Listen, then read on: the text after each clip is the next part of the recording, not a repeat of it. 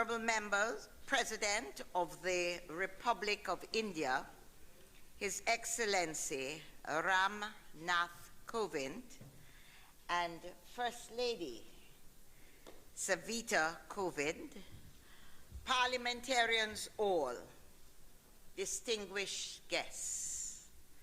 It is my pleasure to welcome the Honorable President of the Republic of India.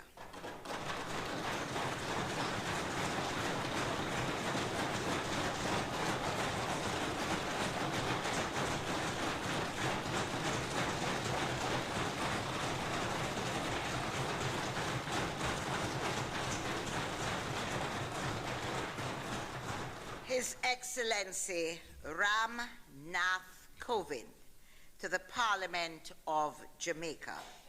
And we're very happy that First Lady is also present with us.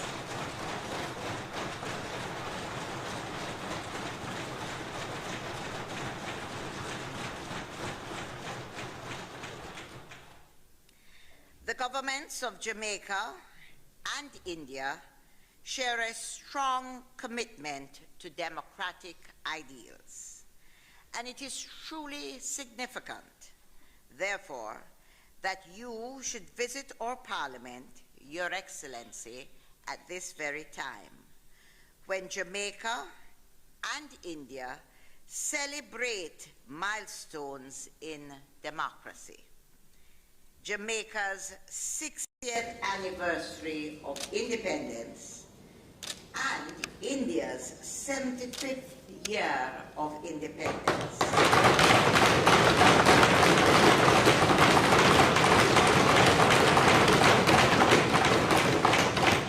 As well as the 60th anniversary of the establishment of diplomatic relations between our two countries.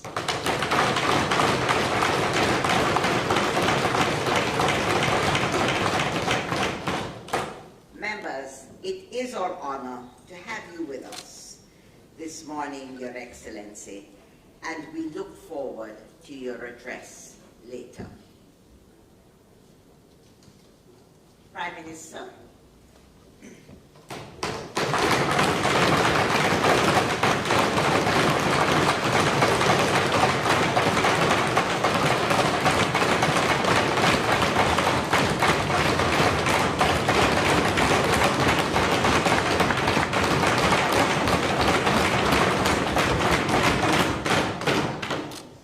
The Honorable Ram Nath Kovind, President of the Republic of India. The Honorable Marissa Dalrymple-Philibert, Speaker of the House of Representatives. Senator, the Honorable Tom Tavares Finson, President of the Senate, parliamentarians, all other honored guests, and I pause to recognize First Lady Sativa Kovind.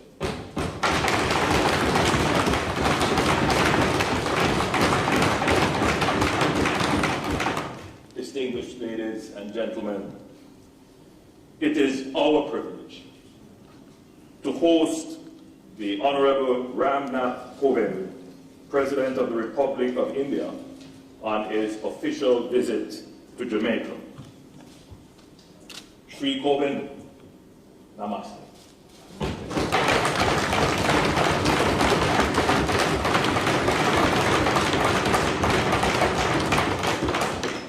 I join in welcoming you to this specially convened joint sitting of Parliament and look forward to your remarks during this morning's proceedings. We consider it an honor that you have accorded us this visit, the first by an Indian head of state to Jamaica.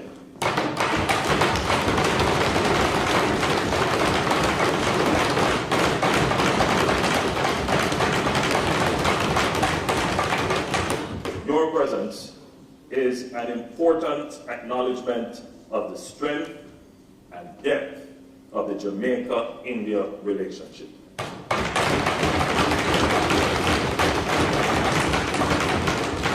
We are pleased that India, the world's largest democracy, is represented through you, Mr. President, here at our Parliament, which embodies Jamaica's own demonstrated commitment and adherence to democracy and good governance.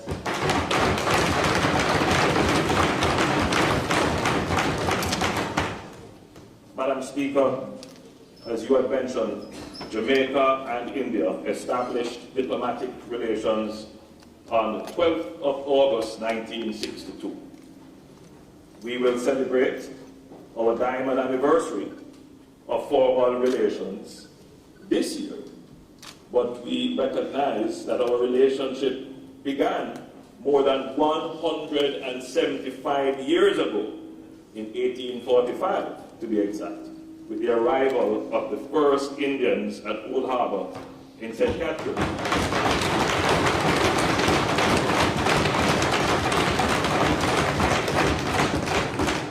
St. Catherine, Excellency, being my own parish of birth, and I do claim some Indian heritage.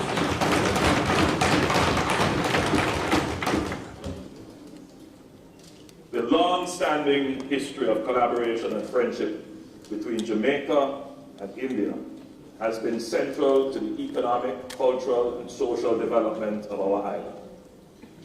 Our social mosaic has been enriched by the contribution of Jamaicans of Indian descent and the Indian diaspora in Jamaica, who have provided unquestionable commitment to the growth and advancement of Jamaica.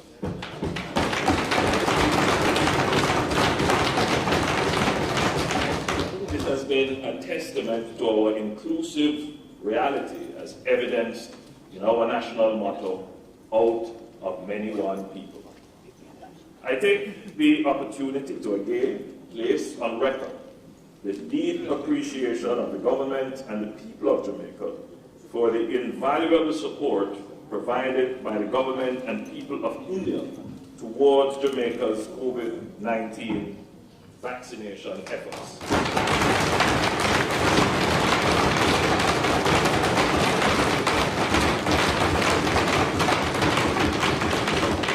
India was the first country to respond to Jamaica's urgent call for vaccines. I myself, Excellency, was amongst the first recipients of the dosage graciously provided by our Indian brothers.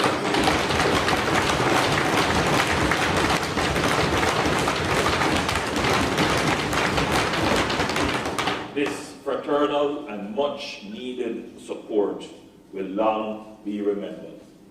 We thank you.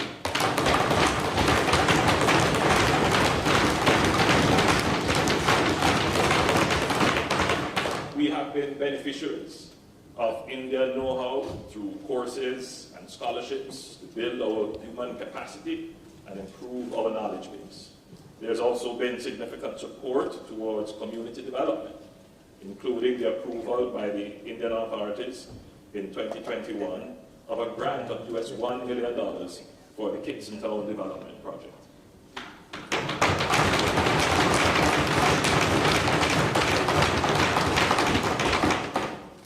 On a lighter but still very important note, India has been a gracious partner towards cooperation in health and sports and other areas of infrastructure development, but in sports in particular.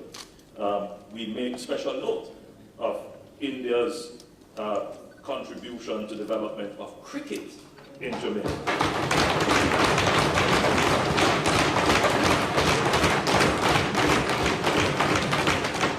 Including being instrumental in providing funding for the provision of floodlights at Sabina Park so that we could have.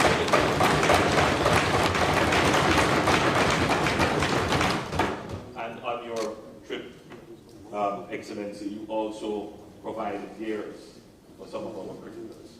We know it with great appreciation. These and other tangible ways in which India has demonstrated its support to Jamaica are also indicative of a commitment to South-South cooperation and to building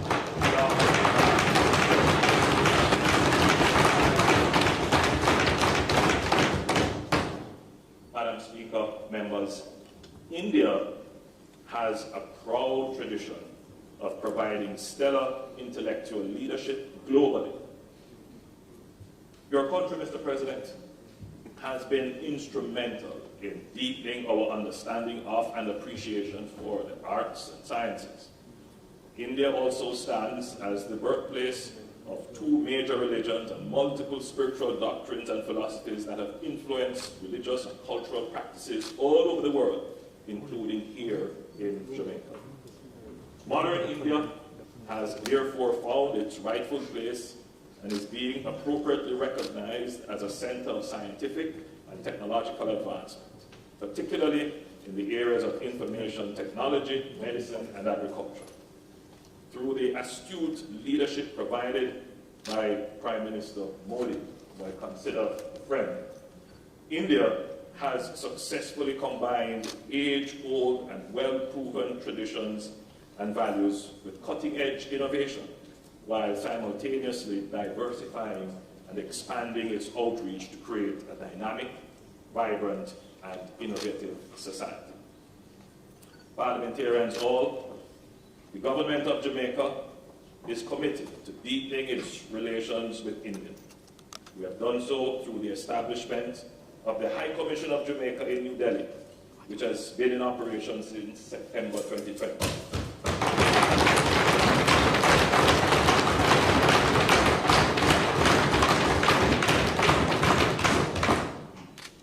Excellency, I give you the assurance that I will personally be in India to officially open the High Commission.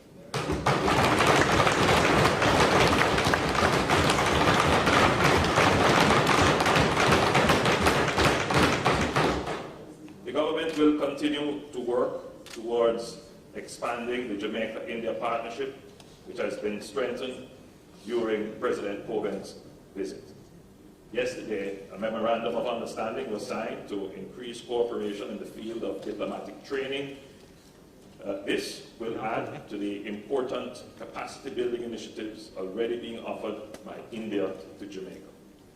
We look forward to broadening our engagement at the multilateral level on issues of critical development importance, in particular climate change. Mr. President, during your historic visit, a section of Tower Street between Church Street and Lower South Camp Road was renamed in honor of Dr. B.R.D. Ambedkar. Dr. Ambedkar was a leading activist and social reformer, a messiah for the downtrodden.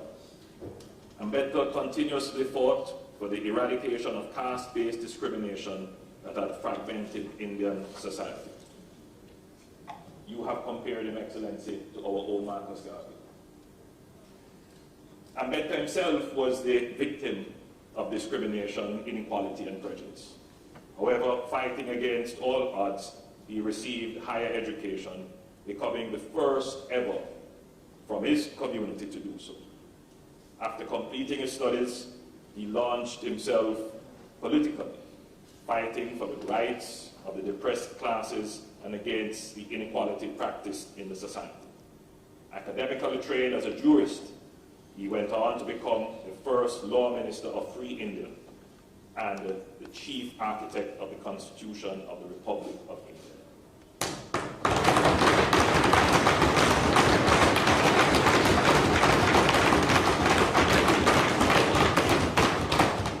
It is therefore fitting that a section of a road in the vicinity of our Supreme Court was renamed in his honor.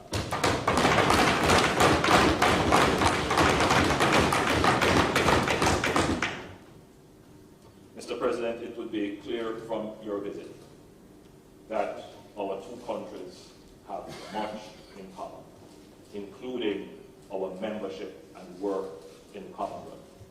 And we will commit as partners to work to the building of the Commonwealth.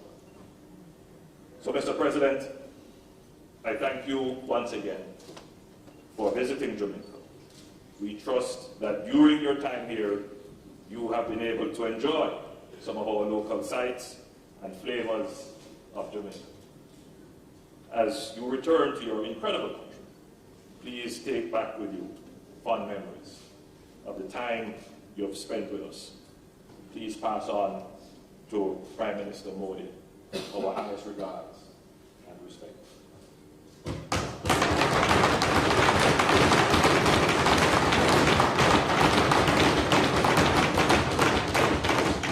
Mr. President, be assured of Jamaica's deepest respect and admiration.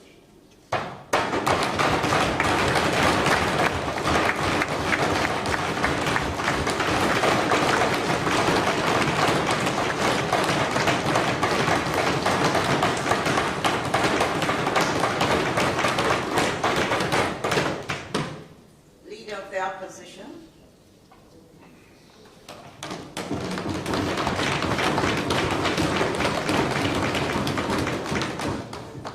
Thank you, Madam Speaker. Your Excellency, Sri Ramnath Kovind, First Lady, your delegation from the Republic of India, Prime Minister, parliamentary colleagues, ladies and gentlemen. It is an honor for us to welcome you to Jamaica and to our nation's parliament. President Kovind has distinguished himself in various important leadership roles in India, including as a former governor and member of parliament. And throughout his career in public life, he has been a consistent and fervent advocate for the social protection of India's most vulnerable, access to education, and protection of women's rights. The 4 days of your visit to Jamaica will be marked in history as a significant milestone in Jamaican-Indian relations, and as has been said, this is the first such visit of an Indian president to our shores. India's relationship with Jamaica is forged through a common history of colonial experience, our resistance to oppression, and our determination to achieve freedom and full independence for our people. From cooking with curry to a passion for the game of cricket, Jamaica and India have cultural connections which lie deep in the hearts of our respective peoples. And we are able to communicate easily because we use a common language. We enjoy the Bollywood films on our screens, as you enjoy the accomplishments of Chris Gayle and Andre Russell on your IPL pitches.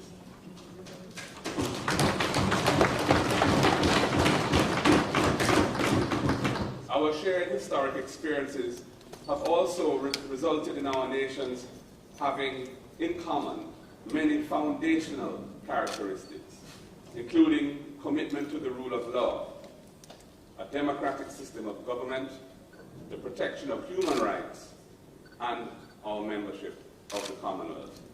In international affairs, Jamaica and India were leaders in the international struggle to end the apartheid system in South Africa.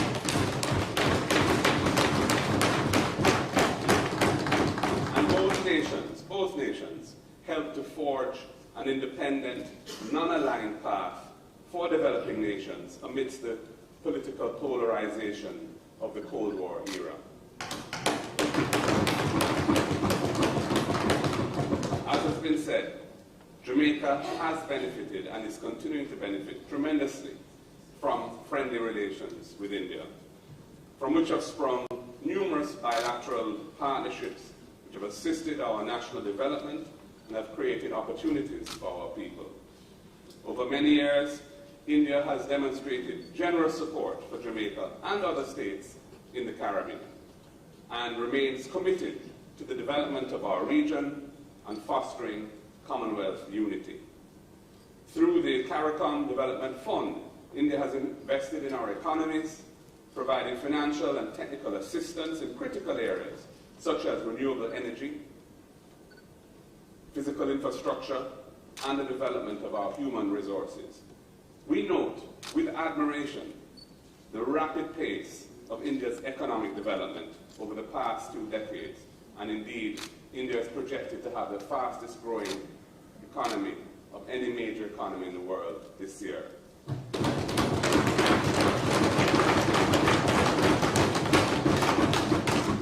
India's emergence as a world leader in diverse industries such as pharmaceuticals, computer and technology, and global outsourcing activities is remarkable. Your strategic investments in the education and training of your people have borne fruit, helping to drive your economy forward with a high level of global competitiveness and in emerging industries.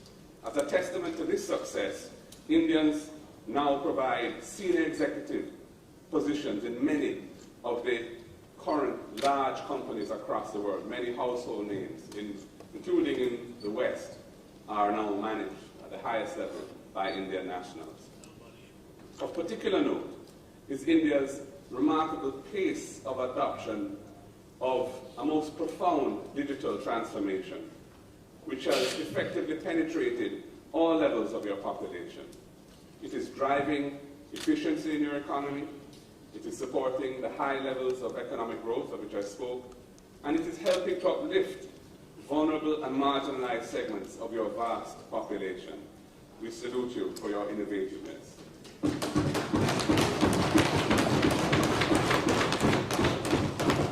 As has been said, during the COVID-19 pandemic, India aided Jamaica and other countries in our region by generously donating the first batch of vaccines to become available to us.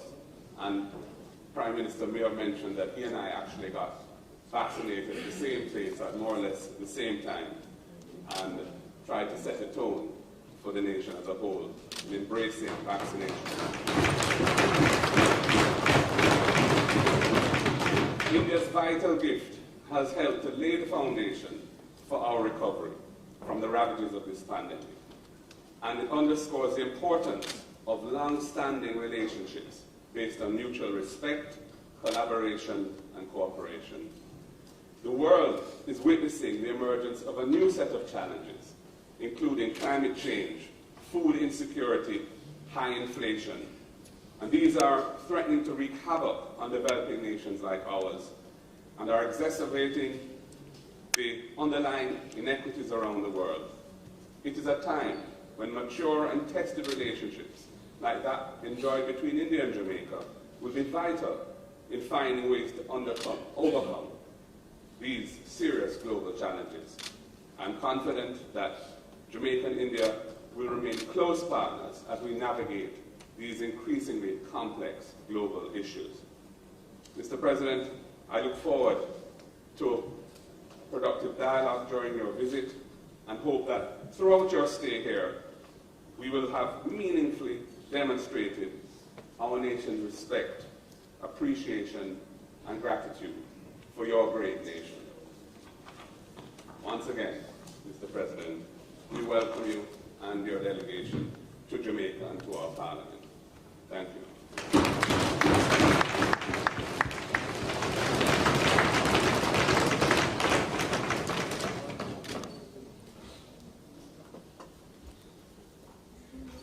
I now invite His Excellency Ram Nath Kovind, President of the Republic of India, to address this joint sitting of the Honorable Senate and the House of Representatives.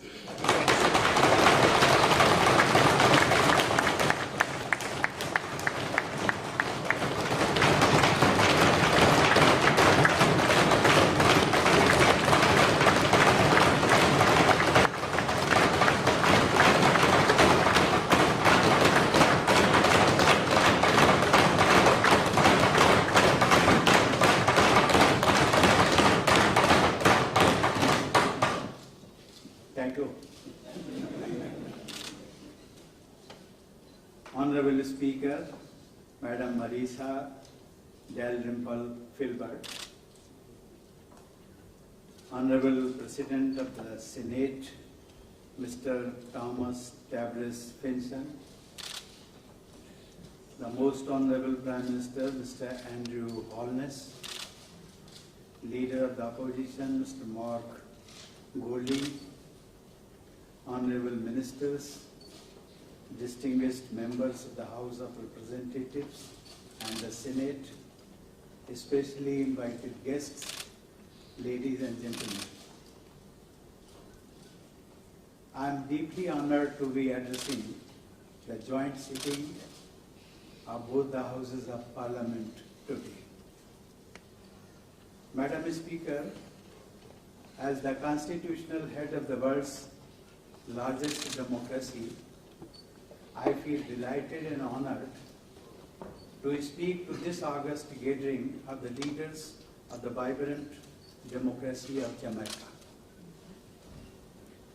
Let me also state at the outset that being in Jamaica, experiencing its lively culture and meeting its even livelier people is something I was eagerly looking forward to. The soul-stirring songs of Bob Marley, reggae music, sports superstars, as well as the warm and welcoming nature of the Jamaicans are well known the world over. So are your Blue Mountain coffee and the beautiful beaches.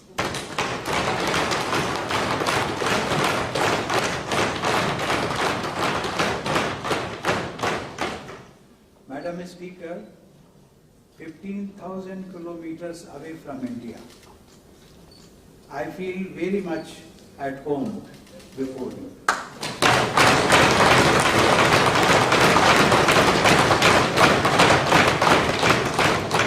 And why should I not, when this House has many distinguished members with Indian lineage?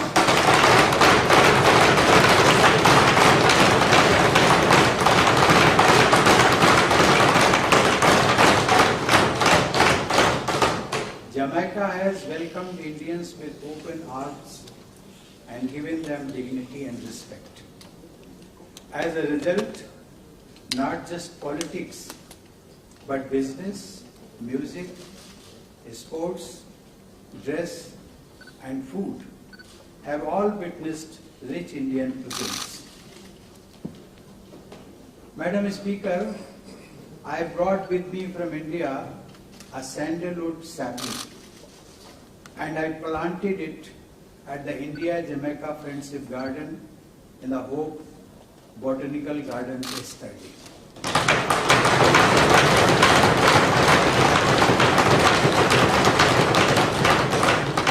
I am confident that this sapling one day will grow into a tree and enrich the garden with its warm fragrance, much like the Indian community has grown and is contributing to the development of Jamaica.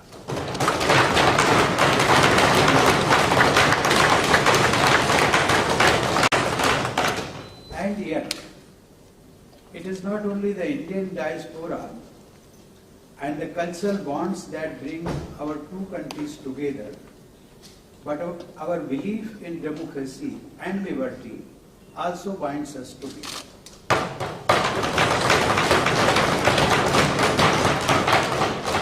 The idea that all citizens are created equal is a center pillar of the Jamaican Constitution. Our founding fathers too shared the same belief and sought individual liberty for every citizen in India. They created a modern nation with freedom, democracy, and equality as its soul, and in doing so, they ensured that we continue to celebrate unity in diversity, which is so similar to Jamaica's motto of "Out of many, one people."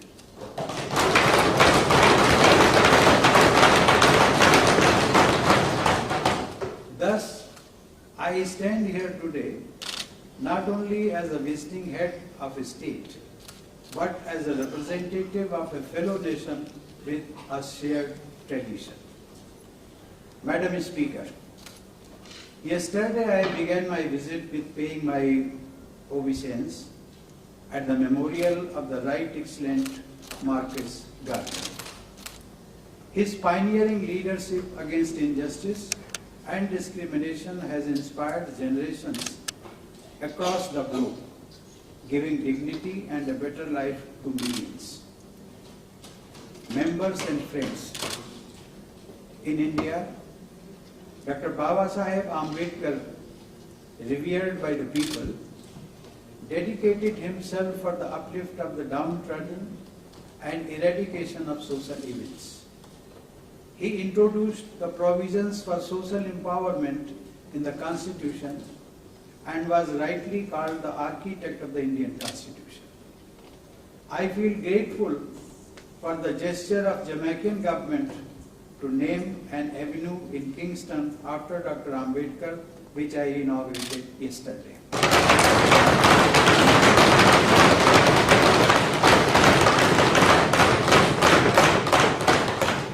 Madam Speaker, it is indeed heartening to see that Jamaica has adhered to the ideals of democracy in letter and spirit since its independence 60 years ago. With an increasing role of women in the public sphere, Jamaica is setting the norms for others to emulate.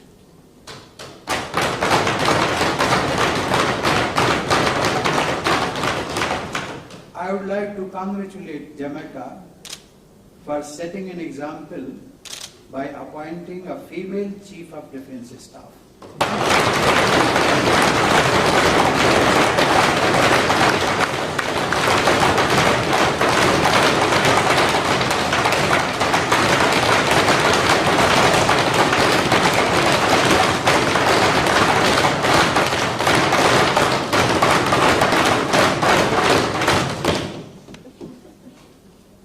Madam Speaker, with ample natural resources, strategic location, young population and dynamic leadership, Jamaica is poised for even greater economic success.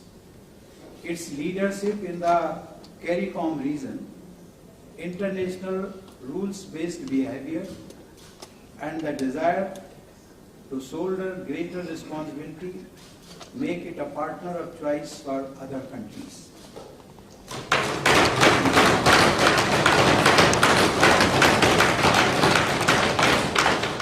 Members and friends, as the world recovers from the COVID-19 crisis, India is projected to grow at the fastest rate among all the major economies. We have increased agricultural productivity many times over since independence, becoming a net exporter of food grains. India is also known as the pharmacy of the world.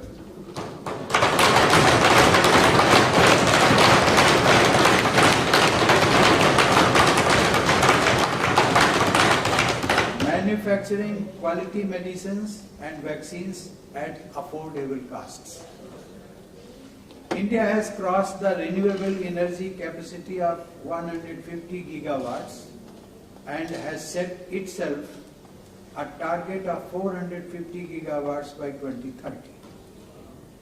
We have also taken the lead in the International Solar Alliance to promote solar energy worldwide. India's space program has made great advances.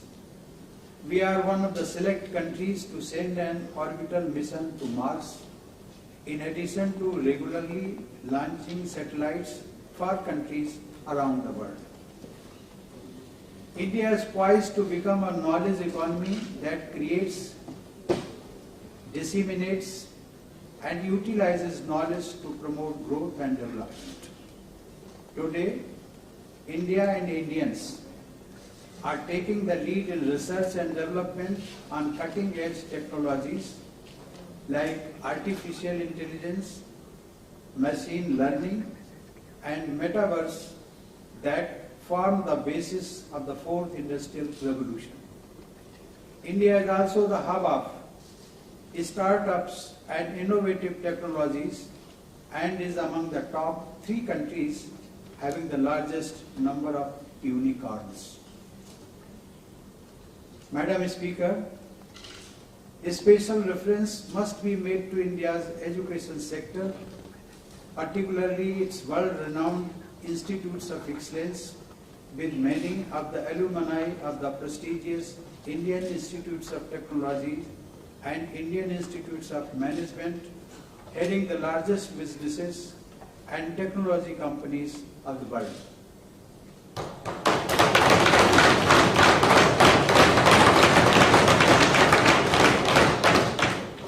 Under our national education policy released in 2020, India is planning to start new Indian Institutes of Technology abroad. I am happy that Jamaica is one of the first countries to express interest in hosting an Indian Institute of Technology.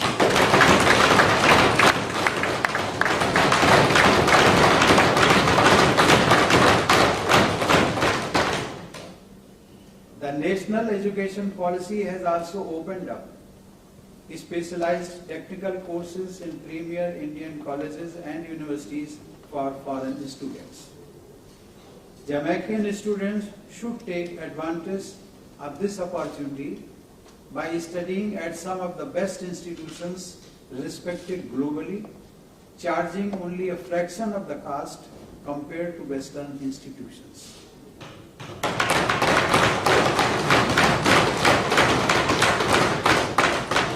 Members and friends, the motto of Sabka Saath, Sabka Vikas, Sabka Vishwas, Sabka Prayas is our vision of the nation with an inclusive model of development covering every citizen.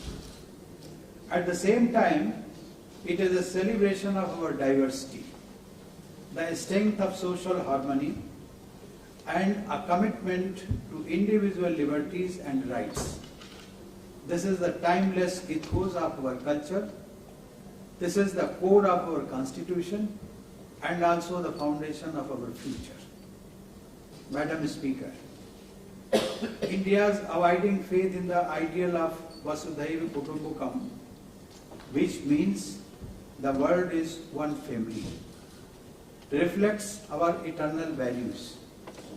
India provided medical assistance to more than 100 countries during the peak of the pandemic and also reached out with COVID-19 vaccines to many countries, including your country.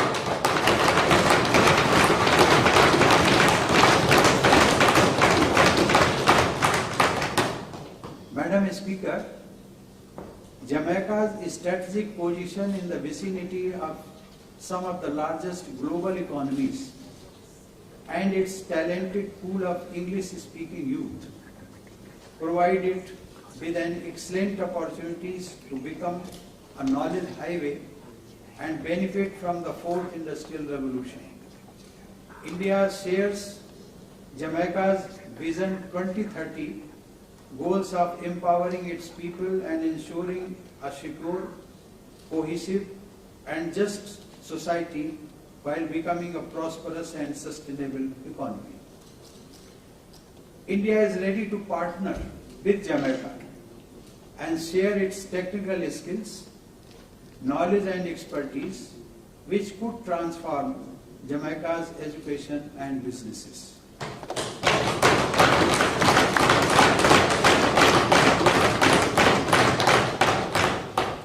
Top Jamaican businesses already source software and take backroom technical support from technology companies based in India.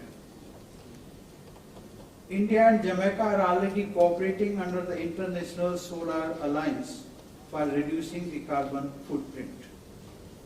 There is also great potential for partnering in the railways and the agricultural sectors, which are among India's strength. For a country with less than 3 million people, it is amazing to see Jamaica's dominance in athletics at the Olympics, World Championships, and other premier sporting events.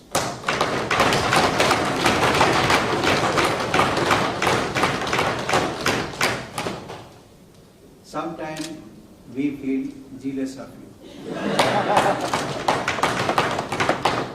Madam Speaker, you will find India turning to you to learn the lessons in sports and athletics.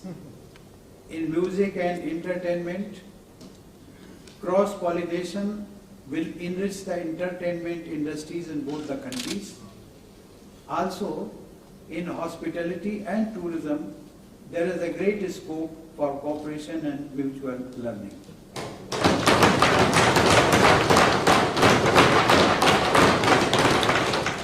Members and friends, I am confident that our convergences and complementarities will be mutually beneficial.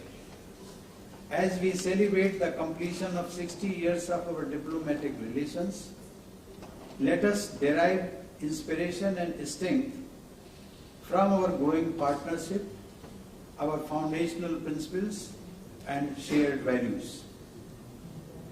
Let us continue to work together to convert our shared ideals into practical cooperation and to create a more equitable world order. Our partnership will not just lead to building a bright future for our people, but will also act as a bridge to a more united, humane, and prosperous world. I want to recall the expansive worldview of Mahatma Gandhi, the father of the Indian nation, expressed by him while he spoke of the purpose of freedom for India. And I quote, "I want the freedom of my country so that other countries may learn something from my free country, so that the resources of my country may be utilized for the benefit of mankind." Unquote.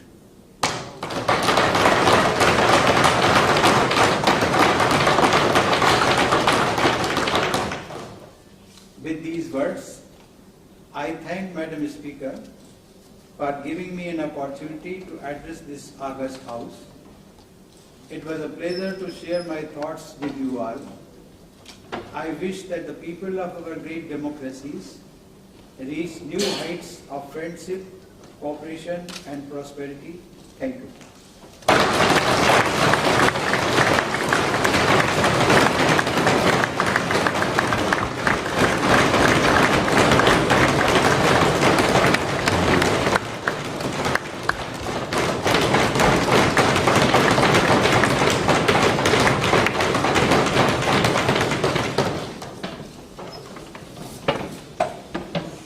Mr. President, on behalf of the Parliament of Jamaica, I wish to thank you for your gracious speech, which captured